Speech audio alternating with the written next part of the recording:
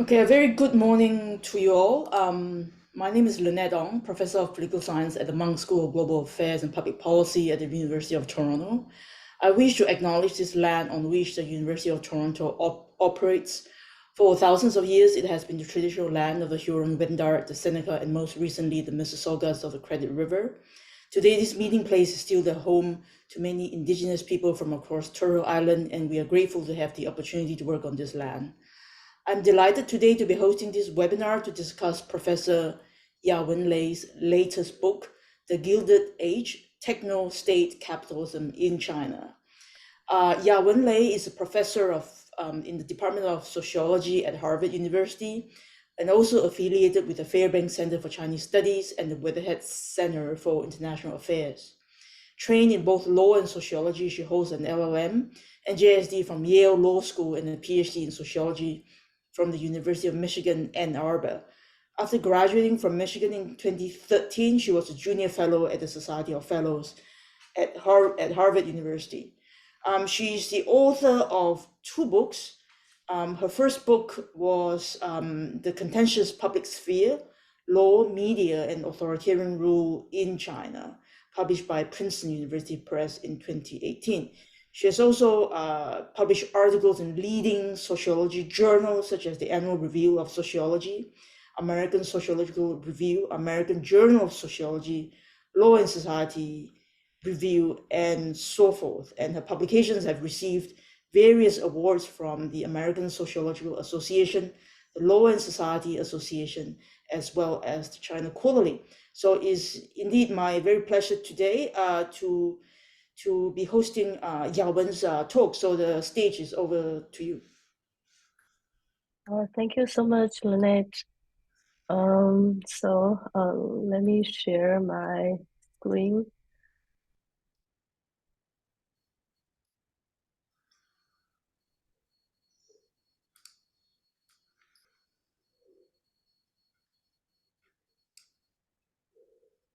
Okay, good morning, everyone. In fact, I'm having a cold and having a fever now. But I think I still can actually deliver the talk because it will only the event will only last for an hour. That should be okay for me. And thank you, Lynette, for the very generous introduction. And so today I'm going to talk about my latest book, The Gilded Cage. And I want to begin from the story. A story. And in 1998, President Bill Clinton made a forward-looking visit to China. So just 2 years before, he convinced the U.S. Congress to approve China's accession to the WTO. And the trip drew a lot of criticism in the U.S. because it broke a 9-year hiatus during which American president had avoided visiting China after the 1989 Tiananmen democratic movement. And during his trip, President Clinton held a roundtable discussion at the Shanghai Library on the topic of shaping China for the 21st century. So at one point, Clinton shared his vision of China's future. So he said that I believe this will happen because of technological revolution. I think in your economic growth, you will almost leap over a whole generation of economic experiences that older European country and perhaps the US experience, where you will essentially, by creating an industrialized and a post-industrial society at the same time. So the key terms here are like industrialized and post-industrial society. So upon hearing the news that Clinton had mentioned the post-industrial society in China, sociologist Daniel Bell, who who actually retired from my department at that time, was very surprised. He reached out to the National Security Council to ask about who had written Clinton's talk. So when he found out that Clinton's comments were impromptu, Bell was very happy to see how influential his ideas had become. So Bell's work was very influential in the past, but I think nowadays very few sociology students read his work. But since the 1960s, Bell had developed the concept of post-industrial society. I know many scholars define a post-industrial society with reference to the rise of the service sector. But Bell actually clarified that the novel features of post-industrial society were the mutually generative relationship between science, technology, and economy, and very importantly, the enhancement of what he calls instrumental power based on technology over people. So according to Bell, the design of post-industrial society is a game between person in which intellectual technology based on information, data, computing, algorithm programming rise alongside machine technology. So these are the buzzwords we heard a lot frequently today, but he was writing about these things back in the 60s. And but importantly, when he was developing the concepts of post-industrial society, that was in a context of the New Deal, and then at that time the welfare state was very strong, and he was imagining that the state would play a very critical role in promoting more technological oriented development, social economic development. And he was very optimistic about the shared prosperity in this kind in post-industrial society. And then there is only abundance, and he didn't really expect the continuing existence or the worsening problem of social inequality. But decades after the publication of his work on post-industrial society, we saw the situation, the development in reality. So Daniel Bell didn't really expect the decline of the New Deal order and the rise of a new liberal order. And here I just want to show you the two very influential book that handles the consequences of technology in our society. So the first book is Zubov's book titled The Age of Surveillance Capitalism. So it just shows that like tech companies has used technology to survey and then to profits in our daily life.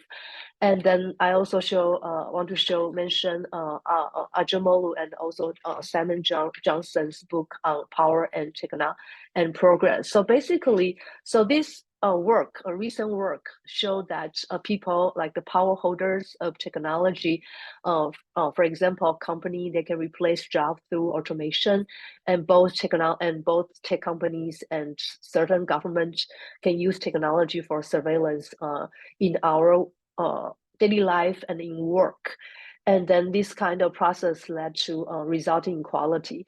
But then Ajamalu also emphasizes that different the negative consequences of technology-oriented development is really not inevitable, but institutions, narrative like culture, and also collective actions play a very crucial role in terms of the outcome of a more technological oriented development. And now I move to the Chinese case. So to a large extent, the future projected by both Clinton and Bell has been realized in China. So China has emerged as one of the two global digital superpowers. And the process of China's techno-development is also a process of post-industrial transformation. And due to China's success, some scholars said that China has been experiencing a gilded age. But there is a dark side behind the gilded facade. And to see through the facade, I think we have to understand the transformation of China's birdcage economy. And many government officials in China have used the term bird and cage to refer to the economy and the state control. And they said that China should let a bird fly, but only within a state-managed cage, because otherwise the bird would fly away. And in the past, in the beginning of the reform, the government didn't really distinguish between different kinds of birds. However, in the mid-2000s, in the process of pursuing a techno development, the government began to distinguish old birds from new birds, and it became clear that now they didn't welcome old birds, which referred to obsolete capital and labor, and instead they wanted to develop cutting-edge new birds. And in this kind of process, the internet sector was selected as a pillar industry and one of the most important new birds after the 2008 financial crisis. And after conducting fieldwork in China since 2010, I observed two issues. The first issue concerned the fate of the old birds.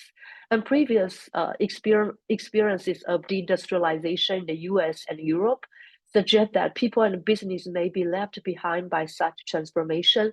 And this raises question about how the government has managed capital and worker in all sectors, particularly given the country's official socialist ideology and already very high level of social inequality. And the second issue concerned the cage, a control mechanism that seemed to be growing in complexity with the emergence of intellectual technology and big data. And how has the Chinese government constructed the cage to guide the country's techno development, and what are the impacts? So essentially, my research aims to uncover the social order and contradictions that have emerged in the process of China's techno development. So basically, I try to argue that we should have some kind of agenda to study a different kind of techno-developmental regimes across societies and over time. So I building upon literature on the developmental stage and also the history of technology. So I use the term techno-developmental regime to refer to the ensemble of state and non-state actors, institution, ideas, cultural norms, forms of reality and practice that foreground the role of science and technology in social economic development. So basically, my work emphasize the role of the government and also the materiality of techno-developmental regime, because different kind of technology, different kind of technique have different kind of materiality. And also I also emphasize the cultural dimension, ideas, and also belief about technology, and also look at how different kind of political regime have lead to different kind of different type of techno developmental regime. So basically, I try to use the Chinese case in dialogue with previous literature, and then to develop my just research agenda. So, and now let me briefly talk about my methodology. So, my book focuses on the period of the mid 2000 to 2023 because China's labor-intensive manufacturing began to encounter problems in the mid 2000s. And as we know that post-industrial development is a very uneven process across and within countries. And I was very lucky that I began to do field work in Guangdong, in China, in 2009 for my GSD dissertation that looked at the cell phone industry in China from the perspective of intellectual property rights. And Guangdong is where China's economic reform began and a forerunner of techno development. And because of my decade-long research experiences there, I was able to observe change over time from the since the early days of financial crisis to 2023. So this map show you the places where I conducted field work as I developed my project. And here are the settings where I conducted field work. In the traditional sectors, I did interviews and ethnography in factories, including those are considered obsolete by local governments, and those attempted to upgrade themselves through automation and robotization. And staying in these kind of factories for weeks was super helpful because I was able to observe the interaction between local governments and businesses. And when I was doing field work in the factories, I noticed that many of my interviewees left the factories and moved to the platform sectors and to become a delivery worker. And some of them invited me to follow them. So I followed some of my interviewees. So I began to study the emerging sector in the platform economy. So I interviewed workers and management in the food delivery platform economy and conducted ethnography. I also interviewed software engineers and management in internet company. So I collected over 250 in-depth interview. So basically, this book is a combination, kind of try to bridge like two type of literature. One is the developmental states, but previous study, for example, they look at the typical case, the classical case of Korea and Taiwan, but those kind of development unfolded not in the era of digital economy. And then the second group of literature that I have conversation with is the literature on digital capitalism, surveillance capitalism, and that literature kind of focus more on the big tech companies. But because of this case they study, for example, most of the literature focus on the U.S. case, so they really downplay the role of the government. So I try to bridge this kind of study and the literature, and I look at I try to conduct analysis across multiple level. For example, I have more kind of macro level analysis about the policy, but I also look at how this kind of process unfolded in different in the old sector and also in the emerging platform sector, and how that kind of process influence different social group. So here is the basic argument of the book. So in a nutshell, so I argue that an instrumental apparatus established by state actors began to emerge as the Chinese government endeavored to move from an economy relying on labor-intensive, export-oriented manufacturing to what I call techno-state capitalism, which is a digital capitalist system characterized by the rise of tech capital and then a symmetrically symbiotic relationship between tech capital and the state. And then this instrumental apparatus has expanded with the growth of techno capitalism as large tech companies began to participate in the making of the instrumental apparatus. So I will show you more detail about what I mean by this kind of instrument created by both the Chinese government and then the big tech companies. So, so basically, the instruments created by both the government and tech companies have produced unequal social consequences and contradictions that eventually made the Chinese government rewire the cage. And I also, in the book, I also try to argue that China's a specific type of developmental state, a mixed ideology of high modernism, techno-nationalism, and meritocracy, and the country's authoritarian regime explain the characteristic of China's techno-developmental regime. So I will kind of unpack my argument.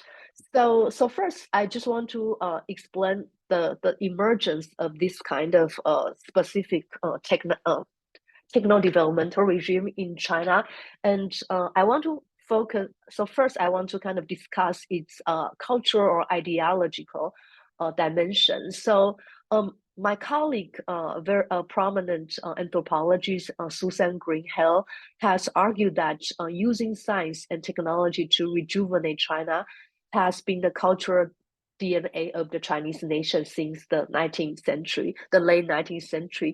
So there is a long standing of wanting to use science and technology to development for development.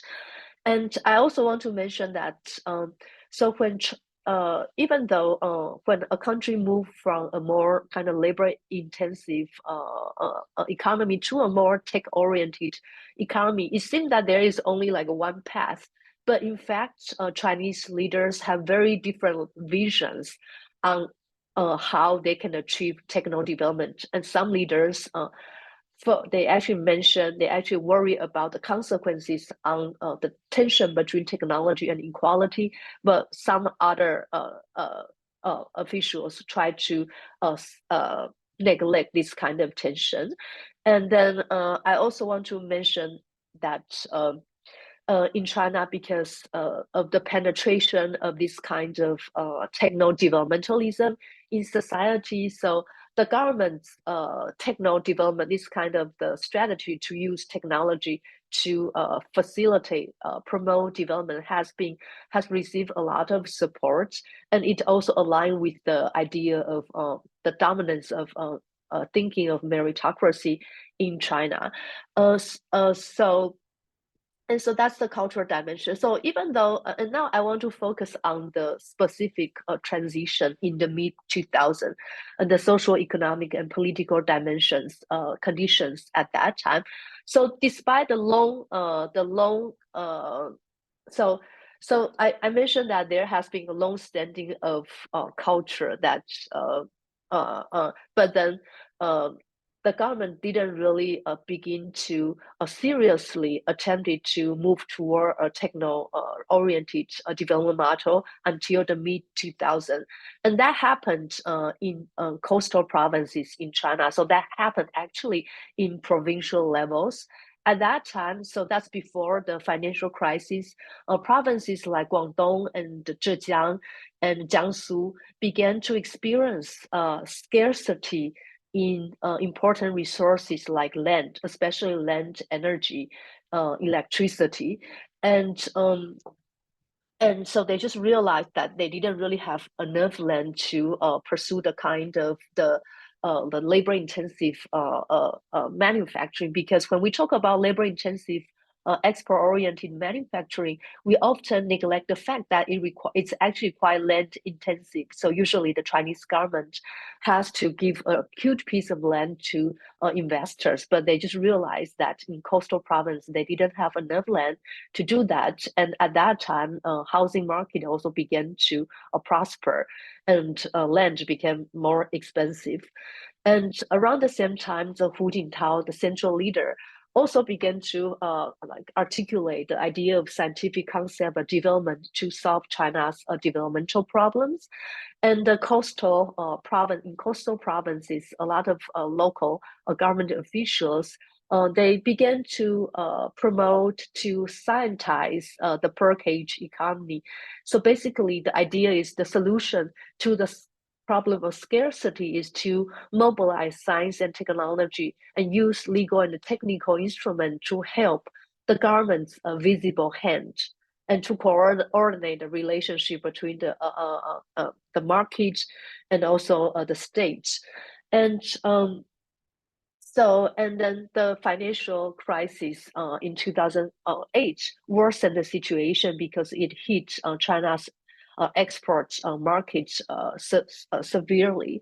But I also want to mention that, so in kind of coming up with the solution to focus on the new birds and to expel the old birds, at that time, still like in 2010, so there were still 242 million migrant workers in the four provinces in Guangdong, Jiangsu, Zhejiang, and Shandong, and also 50% of them were so 50% of these migrant workers were only in these four provinces, and 36% of them were in manufacturing. So you can think about really the consequences of this kind of developmental models to the disadvantaged group in China.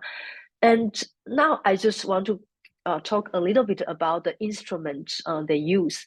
So basically, the idea is to adjust and establish various technical and regulatory tools, and to classify and evaluate labor and capital, because now not every kind of labor or capital was equal, and the government wanted to select and to identify more valuable labor and capital and allocate them with better resources and resources. So so they began to adjust existing instruments or add new ones in order to do this kind of classification and evaluation, and in order to allocate all kinds of resources. So this kind of resources, resources include resources for production such as subsidy, bank credits, land use rights, state procurement like government contracts, and also very importantly regulatory toleration and exemption. So and then they also use also kind of evaluate different kind of labor to decide who deserve access to public services. So these are the resources for social reproduction, such as citizenship rights and access to public housing, affordable housing, or public school.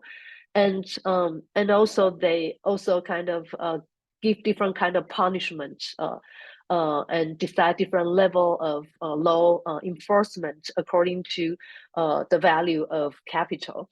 So and this all happened in an increasingly repressive political environment after Xi took power. And I also wanted to mention that Xi Jinping was a party secretary in Zhejiang during this period when this model began to emerge.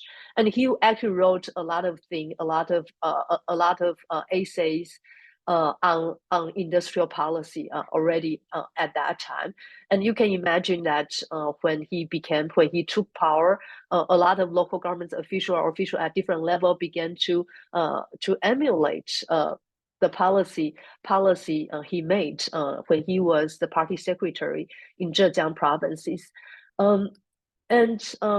So here I just want to show you how the local government thought about their developmental model at that time. So these are two quotes from local government officials in Guangdong province in Shenzhen, and one is from Wang Yang, who was Guangdong party secretary. So basically what they want is really to expel the low quality population and to attract R&D and what they consider high quality of people. So this just give you an example of the instrument they use to decide to actually incentivize government officials and business actors and ordinary citizens. So this example is how they adjust the metric system to evaluate local government. So as many of you know that in the past, a lot of local government officials were evaluated according to the local GDP growth rates. But now after they adopted the model, they incorporate like high-end new tech products or R&D expenditure or the modern service industry. So this kind of they incorporate this kind of thing in their evaluation model to incentivize local government officials so that they know which direction to go. And this is how they evaluate companies. So if certain company are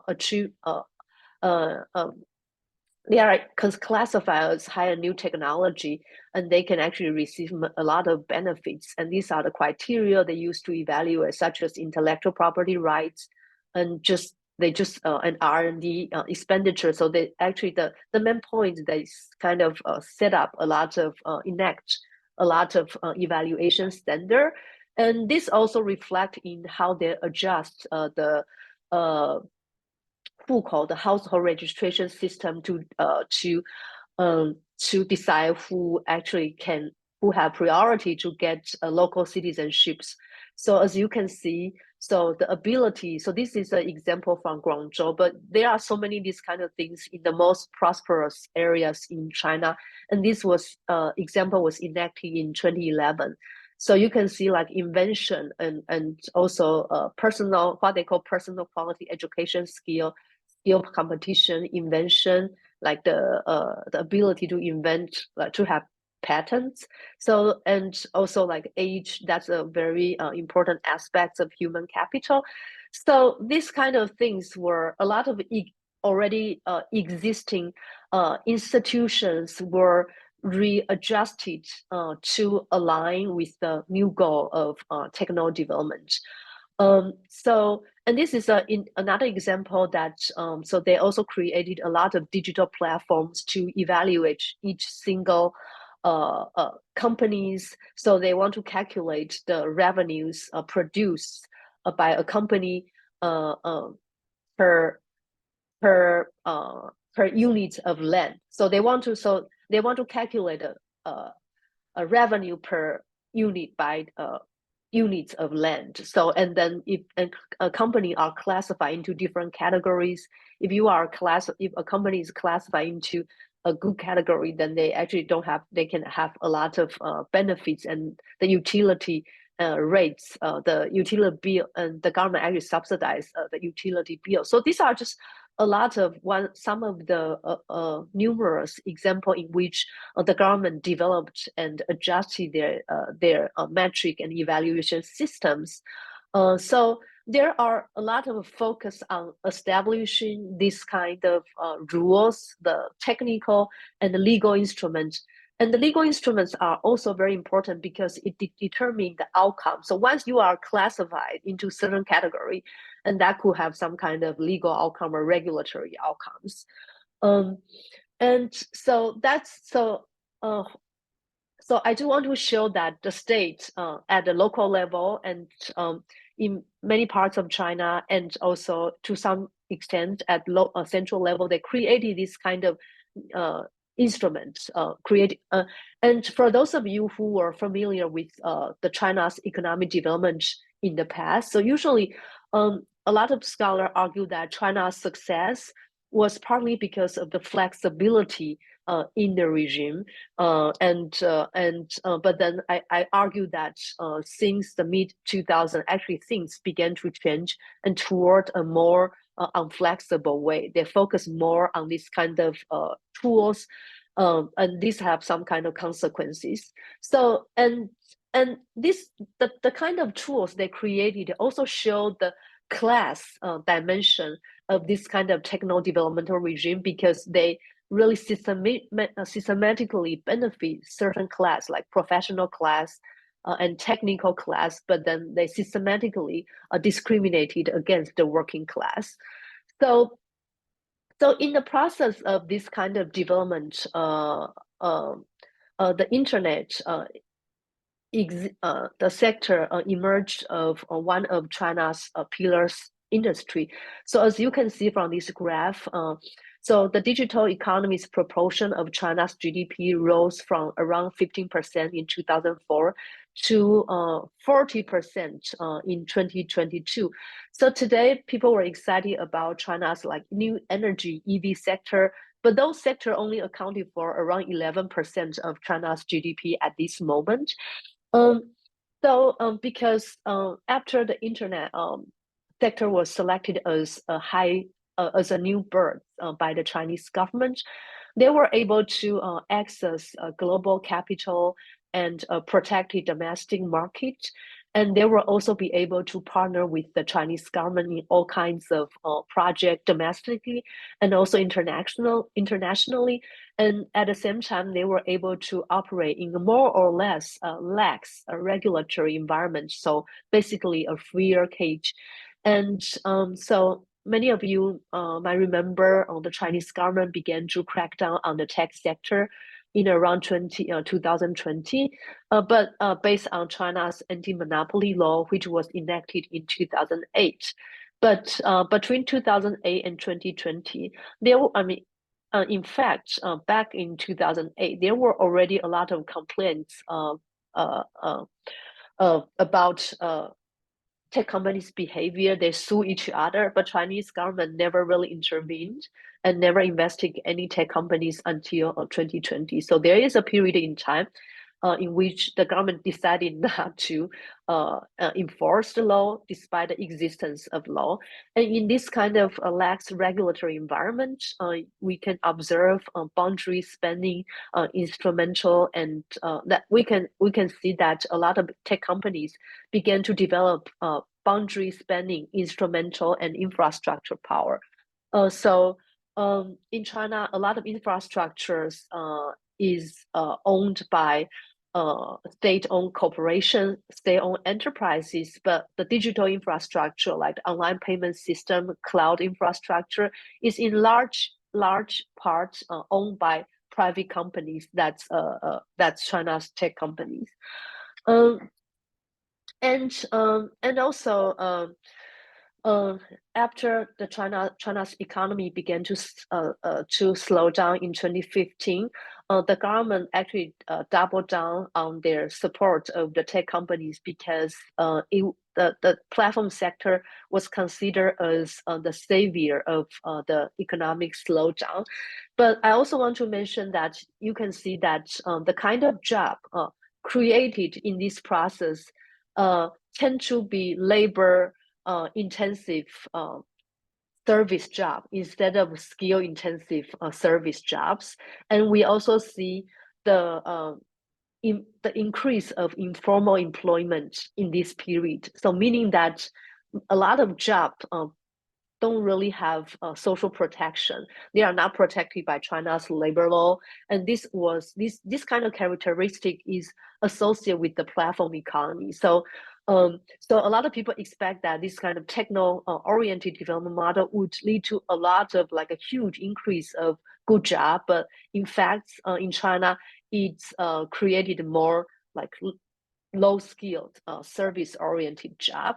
And at the same time, so like the tech companies in the US, China's tech companies began to have a lot of power and develop their own digital kingdoms within the countries because they were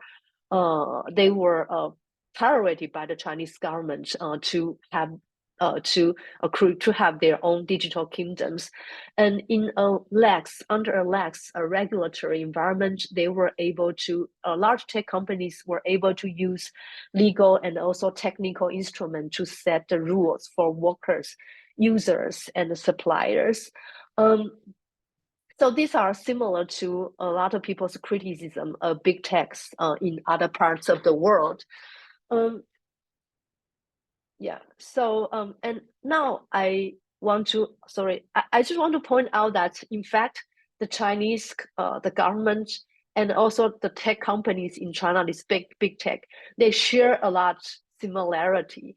So because the Chinese government has the political monopoly and the tech company, they have some kind of monopolistic power in the economy, and they were both able to make a lot of rules and also enact a lot of different kind of instruments within their own jurisdiction. The Chinese government has the power to make a lot of law, enact a lot of instruments, but within the digital kingdom acknowledged by the Chinese government, the tech companies also enjoy a lot of freedoms and a lot of power to make the kind of rules and also a technical instrument that they want to impose.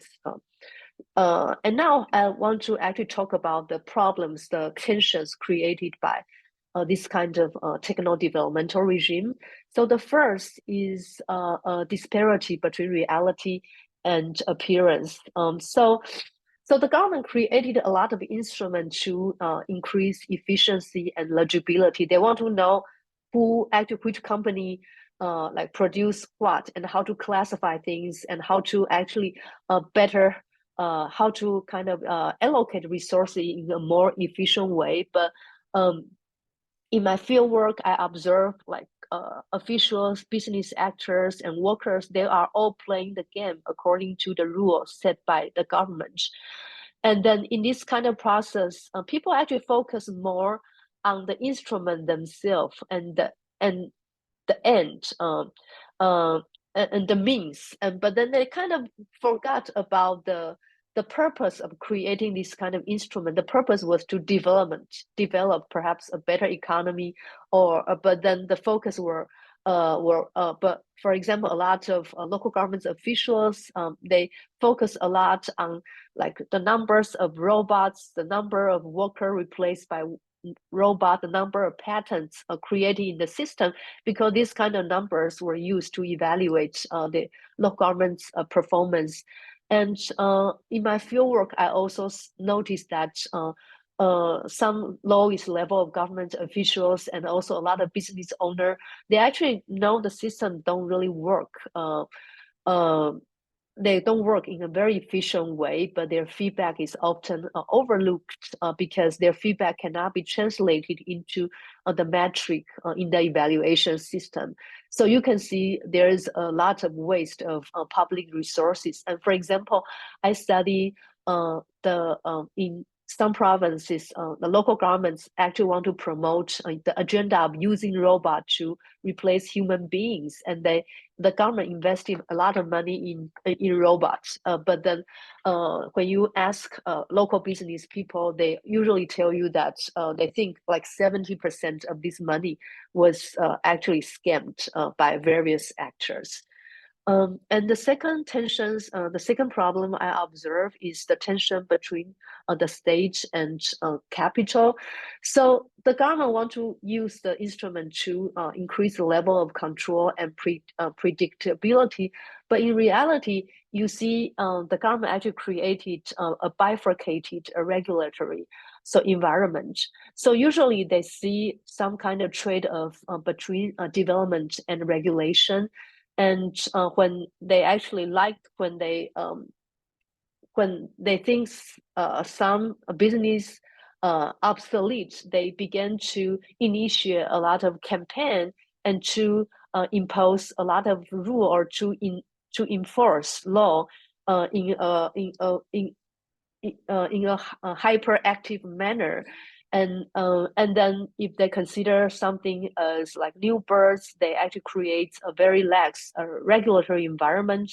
So in a very strict environment, no one can, because things were so unpredictable, and no one can actually calculate the risk, and it's very difficult to conduct business. And in a very lax regulatory environment, a lot of problems, tensions accumulated, and the government didn't solve them and didn't handle them seriously. And in the end, this kind of regulatory system created a new birds, like the internet sector, that almost bursted the cage. And in the end, the government condemned them as excessive expansion of capital. And usually the government reacted to this kind of accumulated risk with harsh punishment. And the third tension I observe is the tension between the state and the citizens regarding citizenship rights. So um, so in the mid 2000s, at that time, so the government already observed increasing level of inequality, and they did wanted to solve the problem regarding equality. But then you see that in the process of promoting techno development, they also created a lot of institutions that systematically discriminated against the working class and people without local housing properties and their children. And then, so in my research, I observe a lot of protests initiated by workers to fight for their children's right to go to school.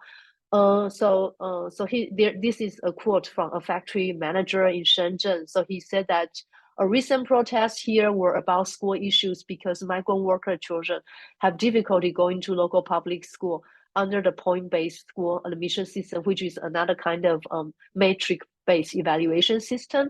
So in the old days, the government gave my company some quota for employees' children to go to local public school, but now the government gave quota to high-tech company like Huawei because people there are talent and people in my factories are low-end.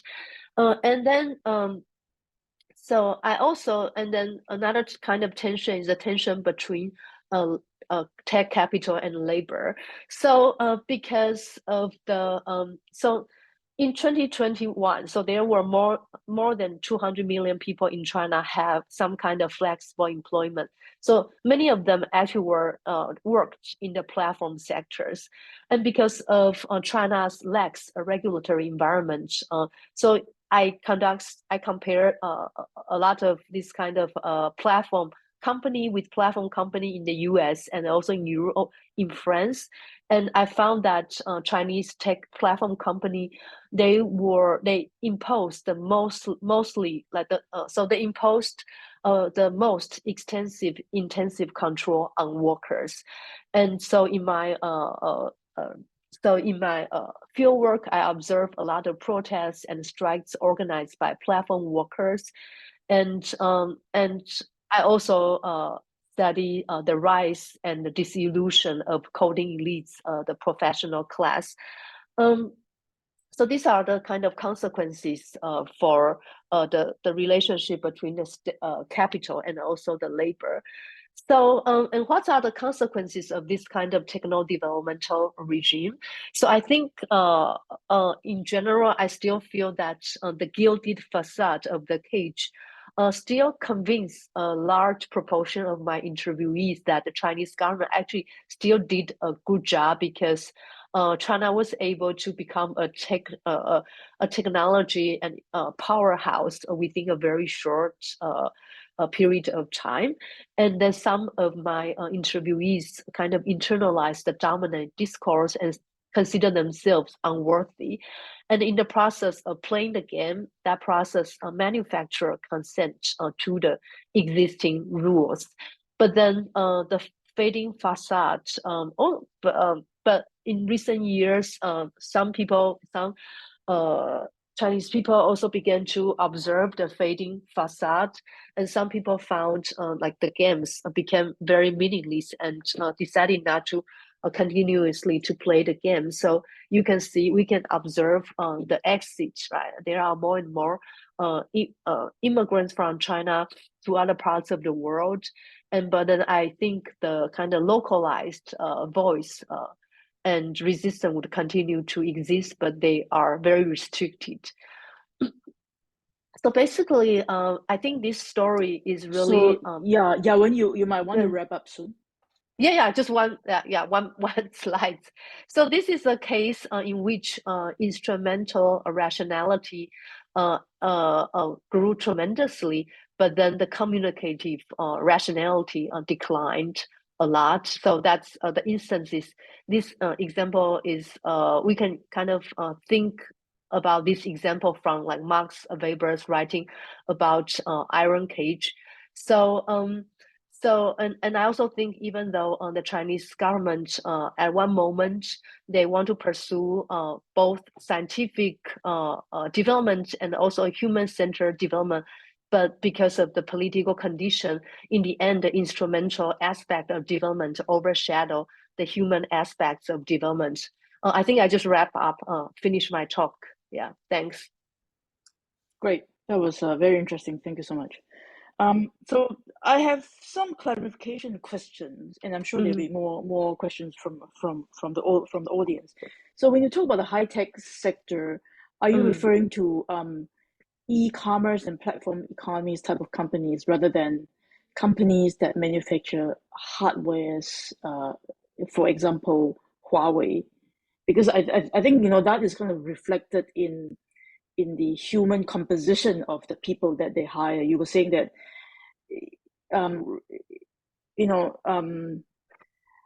in spite of technological development, there's actually more informal workers and more low skilled jobs being created. So I'm wondering about what sort of high tech companies are you particularly referring to? Yeah. Um, Should I yeah, answer and right now? Yeah. Okay. so let You have me more just one ask you one more question. So so so when you talk about kind of the concept of the cage, I think the concept first came from Chen Yun, right, who proposed it Yeah.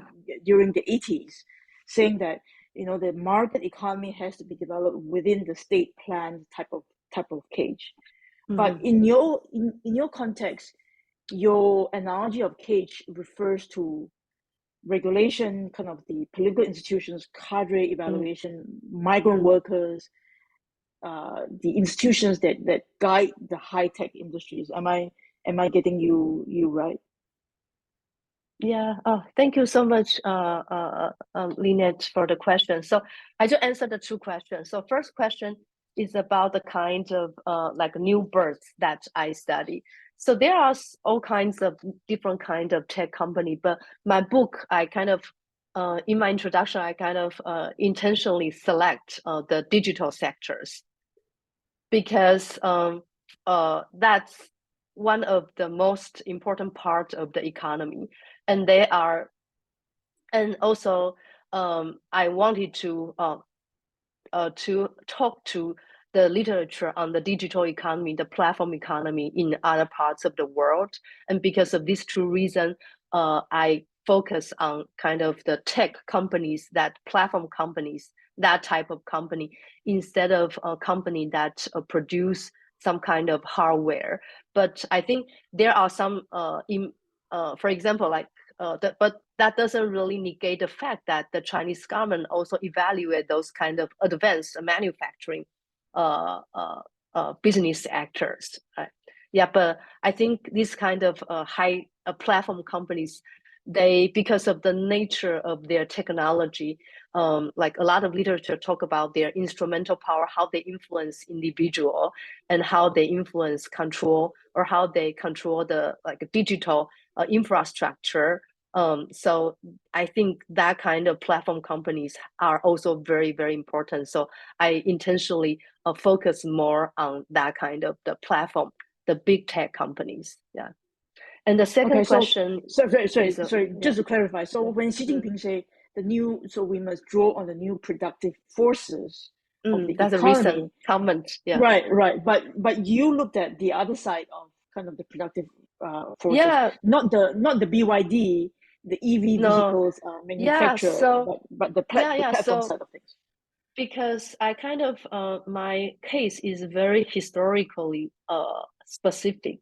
I study until the recent moment, and then I think that's I my study I focus more on the beginning of the U.S. China trade tension, and that's toward the end of the not the end kind of the end of the previous stage of new liberal globalization.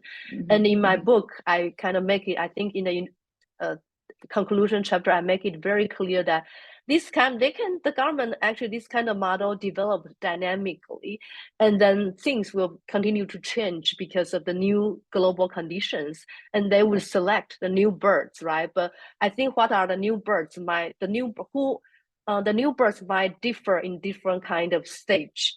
And at this time, maybe they realize that the previous selections were not super satisfying. And then, for example, I think the central government think some kind of technology used by these kind of big techs are not really cutting edge, or are not that kind of crucial in terms of geopolitical Sure, tension. Yeah, so I think sure. it's not surprising that they would adjust this kind of select new birds, and or decide who are all birds dynamically in different kind of global contexts. Yeah, Sure. and the second question is about the cage. Yeah, so I think the cage come from Chen Yun's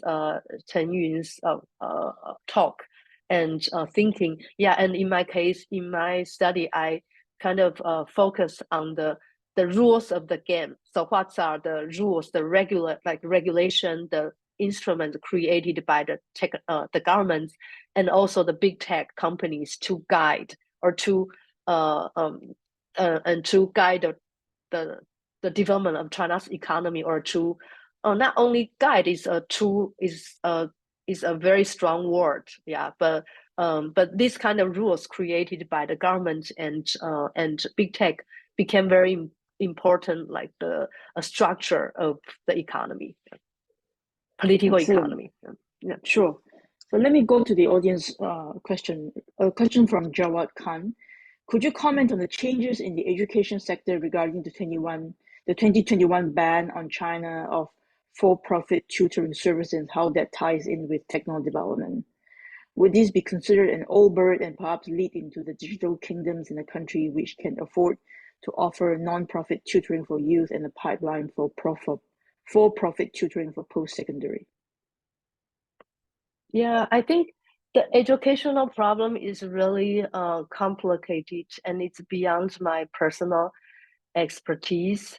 Um, and I do think the Chinese government want to uh, solve the problem of of stress because of the stress in the education system. So there are some problem in the education system. So first is it creates a lot of stress to parents, and people are crazy in terms of achieving some kind of educational goal. And also some people also kind of concerned about inequality, because when you have this kind of companies providing services, then people with more capital, they can actually utilize these services. But the problem is that I think no one is convinced that just cracking down on the educational tech companies actually solve the problem that the governments are concerned. Um, yeah, so and I think sometimes really the government's strategies are quite ad hoc, and you see they actually sometimes they do this, and sometimes they see the negative consequences and they change their minds, and it just kind of fluctuates a lot. Yeah. Sure. And another question for Yuxuan Sun. Thanks to Mhm. Professor Lei for the talk. As a fellow sociologist, I would like to ask whether there are existing studies or preliminary reports on the salience of technocratic nationalist ideology among the Chinese people. It is well known that people who uphold this ideology lurks around online forum, Zhihu. Do you think this ideology will be mobilized by the state in the future? Yeah, I don't know about this kind of techno nationalism ideology, but in my book, I did include analysis of war value data. So in which, so you from that data, you can see that compared with other people in other parts of the world, Chinese people, they have more optimistic view on technology and the least critical view on technology, and that's for sure. And when people actually, so usually people think like for example, Korea and Taiwan, Singapore, these are the kind of typical example of like developmental, like especially Korea, Taiwan are typical example of developmental states. But then if you look at the world value survey, like people in Taiwan and people in Korea, they have very kind of more critical view on technology compared with people in China. So I think, and also so China really ranks consistently number one or number two, number three in all kinds of question about technology. So they are really really enthusiastic and optimistic about technology, and also a lot of some studies show that they kind of are less critical of the surveillance technology, and they are also less critical about a lot of like gene editing technology, compared with other parts of the world. So unfortunately, those kind of survey didn't really contain question about like they only ask about like technology related things, but I think they also have a question about nationalism. So I didn't really measure that part, but then if you are interested in this question, go to you can analyze the world value survey to simultaneously and analyze questions on attitude toward technology and also nationalism. Maybe you can find something interesting. Sure. Comment from Bob MacArthur. Even with fighting a cold and a fever, Ya-Wen has made a fine presentation. So, um, so let me ask you this. So you referred to. So what's your parallel of your work with Yuan Ang's book, which is called the Gilded Age, but you call Yeah. it the Gilded Cage. Can you tell us Cage. the parallel? Yeah, so actually her book, so I think her book focuses on more a different historical period, right? So, and I think her book try to talk about explain the success of China, and I think I agree with that. But I think things have been changing, and so I'm not only talking about the book on the gilded. Oh, okay. So the book on the Gilded Age, and also another book, right, on poverty, right. So I think basically her explanation is that China's success to a large extent depends on like the flexibility of the local government. So actually local governments had some kind of place to improvise, right? And what I'm showing is that this kind of place has been reducing over time since the mid 2000s. So that's one part. And also, I think her analysis of the Gilded Age, so she talked about corruptions. But at that time, the corruptions existed, but then the economy still prosper because to some extent, people can still, business actors can still expect that, like the direction of the government. So they had kind of better ability to predict what the government would do and to make money from their economic activity. But in my story, I kind of try to show that not only the environment became more unflexible, but then it's also very difficult to predict the government's actions because sometimes when they classify things in this way, then things kind of move in a very extreme way. And I think this kind of my analysis, I think, can complement Professor Ya-Wen Lei's analysis and just show the changing structures of China, the political economy over time. Yeah. Okay, that's very interesting. I think that's a good point, good note to end our seminar today. Thank you so much for your time, Professor Lei, and thank you everyone for attending. I wish you a good day. Thank you so much. All right, Bye. bye-bye. Bye.